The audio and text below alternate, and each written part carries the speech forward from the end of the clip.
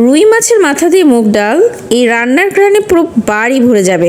যারা মাছের মাথা পছন্দ করেন তাদের জন্য আজকের রেসিপি হতে যাচ্ছে একদম জম্পেশ। খুব সাধারণ কিছু উপকরণ দিয়ে কীভাবে তৈরি করবেন এমন মজার একটি দেশি রান্না, চলুন দেখে নেওয়া যাক।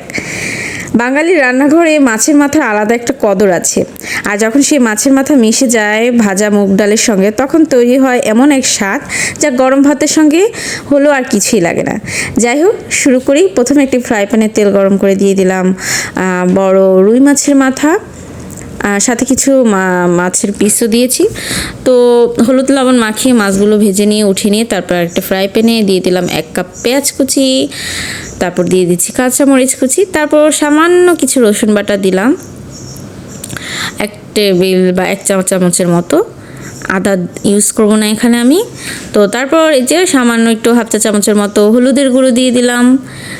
এগুলো একটু হালকা ভেজে নেব। তারপর দিয়ে দিলাম স্বাদ মতো লবণ।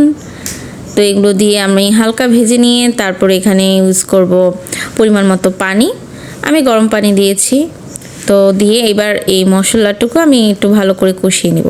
তো কষানো হয়ে গেলে আমি মুগ ডাল ধুয়ে ভালো করে একটু সেদ্ধ করে নিয়েছিলাম।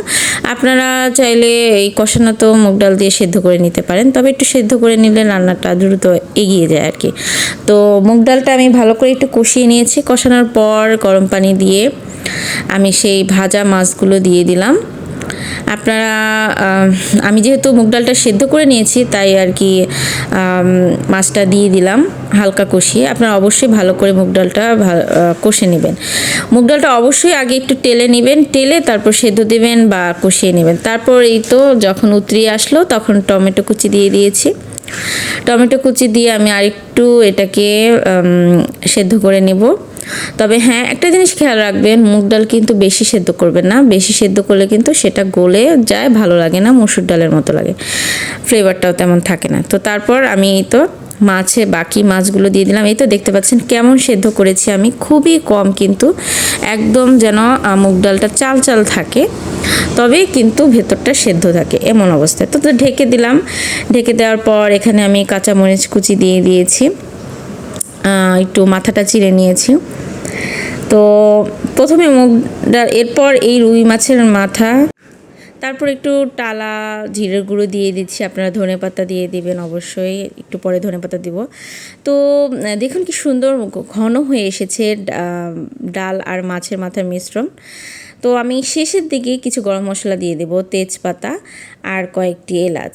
এটা আপনারা ফার্স্টের দিকেও দিতে পারেন, আমার কাছে কেন মনে হয় শেষে দিলে বেশি ফ্লেভার হয়।